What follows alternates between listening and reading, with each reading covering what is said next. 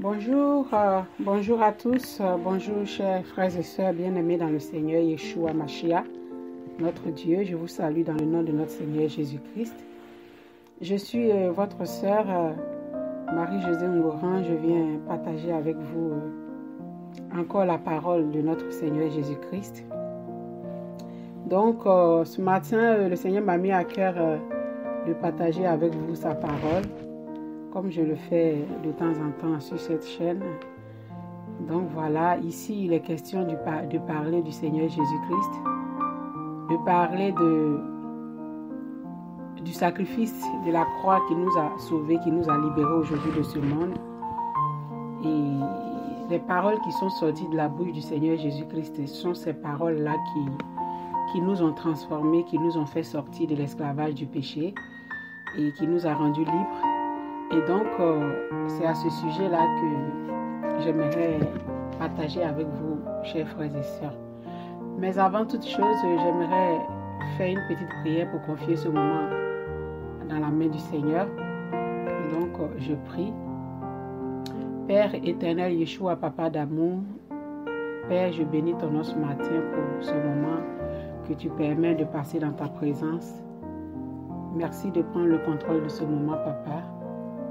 Merci de disposer nos cœurs. Merci de parler au travers de ma bouche et que toute parole qui va sortir soit pour ta gloire et que toute la gloire te revienne, toi qui mérites toute gloire, au nom de Jésus-Christ que j'ai prié. Amen.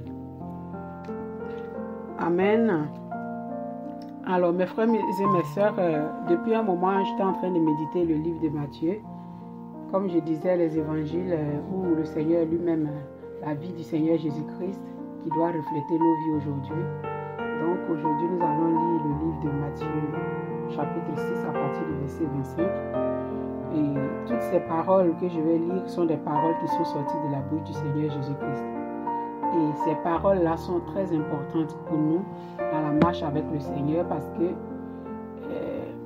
ces paroles-là doivent sonner tous les jours dans nos oreilles, doivent sonner tous les jours dans nos vies pour que cela puisse prendre forme dans nos vies de tous les jours.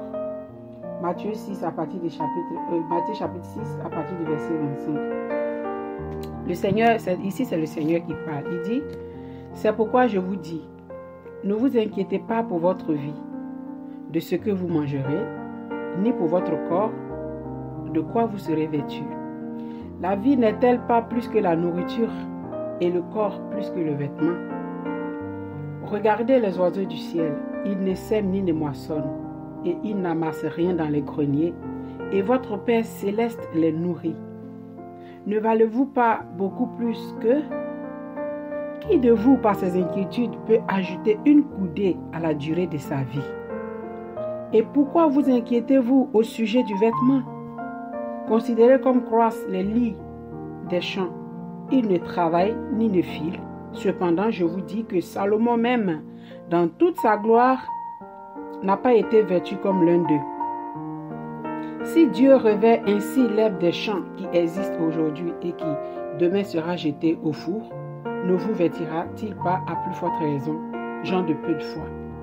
Ne vous inquiétez donc point et ne dites pas que mangerons-nous, que boirons-nous, de quoi serons-nous vêtus? Car toutes ces choses, ce sont les païens qui les recherchent. Votre Père céleste sait que vous en avez besoin. Cherchez premièrement le royaume et la justice de Dieu, et toute autre chose vous seront données par-dessus. Ne vous inquiétez donc pas du lendemain, car le lendemain aura soin de lui-même. À chaque jour suffit sa peine. Parole du Seigneur Jésus-Christ. Waouh, c'est merveilleux. Alors frères et sœurs, je viens de lire la parole du Seigneur. Je vous laisse le temps de le lire, de le méditer vous-même pour que le Seigneur lui-même, dans sa grande miséricorde, vous enseigne.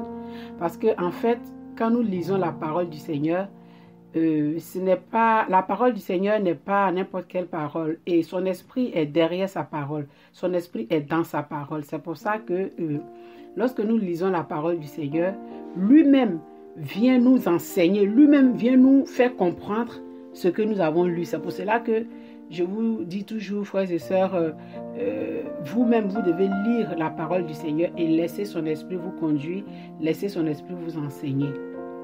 Mais moi, selon l'enseignement que j'ai reçu de la part du Seigneur concernant ce passage, ici le Seigneur est en train de nous dire de ne pas nous inquiéter de notre lendemain, de ne pas nous inquiéter de notre vie. Et voici ce que moi j'ai compris de ce passage.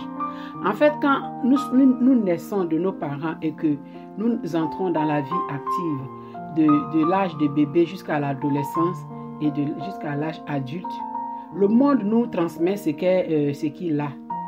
Et ce que le monde nous transmet, c'est d'aller à l'école, de construire une vie, avoir des moyens pour pouvoir se prendre en charge.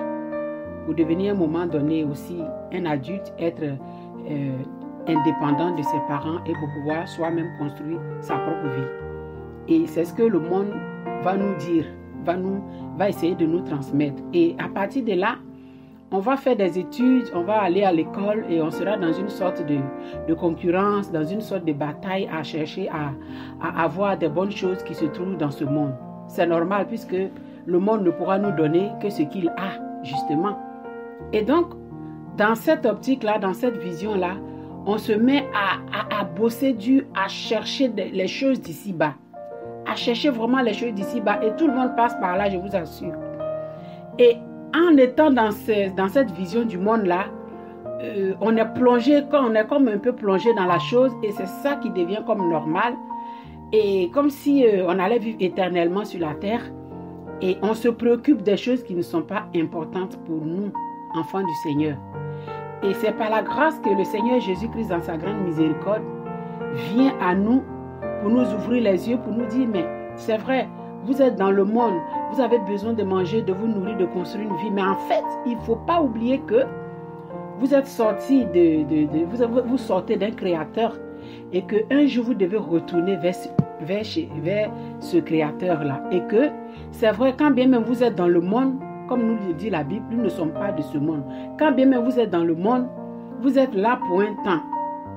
Et qu'après avoir fini ce temps dans la chair, dans ce monde, vous devez aller maintenant rencontrer votre Créateur, celui qui vous a fait venir dans le monde. Et donc, vous êtes dans le monde, mais faites attention. Et c'est là qu'intervient l'œuvre à la croix du Seigneur. L'œuvre de la croix vient pour nous délivrer de l'esclavage parce que en voulant suivre ce que le monde nous a proposé, nous devenons esclaves de ce monde. Et parfois même nous allons jusqu'à exagérer. Il y a des gens même qui se font du mal pour avoir les choses de ce monde, qui perdent leur âme pour avoir les choses de ce monde. Et c'est là qu'intervient l'amour du Seigneur pour nous, parce que le Seigneur n'a pas voulu que nous perdions, nous soyons dans la perdition, que nous ayons dans la géhenne.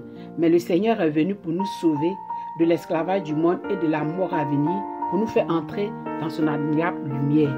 Donc, à un moment donné de notre vie, nous devons nous poser les bonnes questions pour savoir d'où venons-nous, qu'est-ce que nous faisons sur la terre, et après avoir terminé sur la terre, où est-ce que nous allons?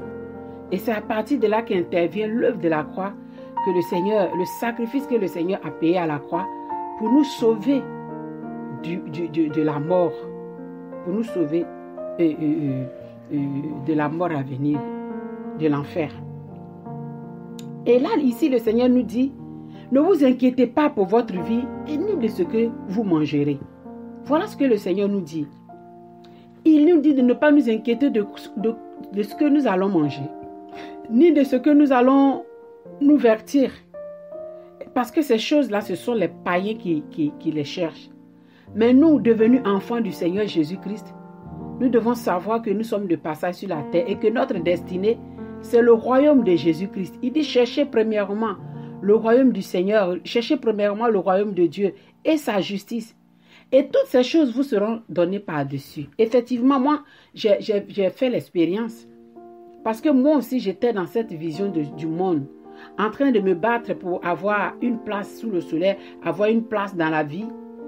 Et lorsque j'ai rencontré le Seigneur, il a extirpé en moi l'amour du monde. Le Seigneur a enlevé à moi l'amour que je pouvais avoir pour les choses de ce monde, pour me faire entrer dans ce royaume. À partir de là, plus rien ne me disait quelque chose. Et des choses même pour lesquelles je me battais terriblement là. À un moment donné, quand j'ai rencontré le Seigneur dans ma vie et que j'ai décidé de tout abandonner pour suivre le Seigneur Jésus-Christ, je vous assure, frères et sœurs, ces choses-là sont venues à moi d'elles-mêmes. Le matériel m'a poursuivi de lui-même. Je n'ai plus fait d'efforts pour obtenir quoi que ce soit pour mes besoins sur la terre. Parce que j'ai trouvé un trésor inépuisable, un trésor qui se renouvelle, qui n'est une source d'eau vive. Jésus-Christ qui ne tarit point. Je l'ai trouvé. Et quand j'ai eu cette chance, cette grâce de le trouver, il a enlevé à moi les choses, l'amour que j'avais pour le matériel, parce que j'étais une grande matérialiste. J'aurai le temps de vous partager mon témoignage, frères et sœurs, et vous allez comprendre pourquoi. Et quand le Seigneur a extirpé en moi l'amour du monde, il m'a libéré de l'esclavage du monde, je vous assure, les choses pour lesquelles je courais après là, quand j'ai décidé de tout abandonner pour suivre le Seigneur Jésus, ces choses-là maintenant, eux-mêmes, viennent directement à moi sans même que je ne fasse aucun effort. Ça vient naturellement. Et ici, quand le Seigneur nous dit, cherchez premièrement le royaume et la justice de Dieu et toutes ces choses vous seront données par-dessus, c'est la vérité et moi je l'ai expérimenté. Je l'ai vraiment expérimenté, frères et sœurs, et j'aimerais partager avec vous ce matin. Quand je voulais avoir telle ou telle chose, je me battais, mais je ne les ai pas. Quand je me battais pour avoir les choses de ce monde, ça me fuyait. Je les poursuivais comme le vent, sans les avoir. Mais lorsque j'ai pris la décision de mourir en moi-même, lorsque j'ai pris la décision de suivre Jésus-Christ de Nazareth pour entrer dans son royaume, et qu'il a fait son travail de fond en moi, en mon intérieur, et qu'aujourd'hui il a extirpé en moi l'amour de ce monde, et que maintenant je suis dans son royaume, frères et sœurs, maintenant ces choses-là que je cherchais auparavant et que je ne trouvais pas, ils viennent eux-mêmes naturellement. Frères et sœurs, cherchez d'abord le royaume des cieux, le royaume de Jésus-Christ et la justice de Jésus-Christ. Laissez la parole de Jésus-Christ vous transformer. Laissez les paroles de Jésus-Christ construire votre mentalité, construire votre vie, parce que sans les paroles de Jésus-Christ, nous vivotons. Nous allons de gauche à droite, mais c'est les paroles sorties de la bouche de Jésus-Christ de Nazareth qui nous équilibrent et qui nous permettent de comprendre pourquoi nous sommes sur la terre et où allons-nous, et qui nous libèrent du péché, qui nous libère de l'esclavage et qui nous fait devenir maîtres des choses de ce monde. Frères et sœurs, je ne serai pas trop longue. Comme je l'ai dit, je ne vais pas faire de longs messages, mais juste vraiment vous dire que il faut vraiment chercher le royaume de Dieu, Jésus-Christ et sa justice, pour que tout ce qui se trouve sur cette terre nous soit donné. Parce que en les cherchant de ta propre force, non seulement tu ne les trouves pas, mais tu es aussi malheureux et tu penses que c'est ça qu'il te faut. Mais ce qu'il te faut dans ta vie, c'est d'avoir Jésus-Christ en toi, c'est d'avoir ton Créateur en toi. Une fois que le Créateur de qui tu es sorti vit en toi, ces choses-là naturellement, eux-mêmes viennent. Et moi, je l'ai expérimenté et c'est ce que je vais partager avec vous ce matin.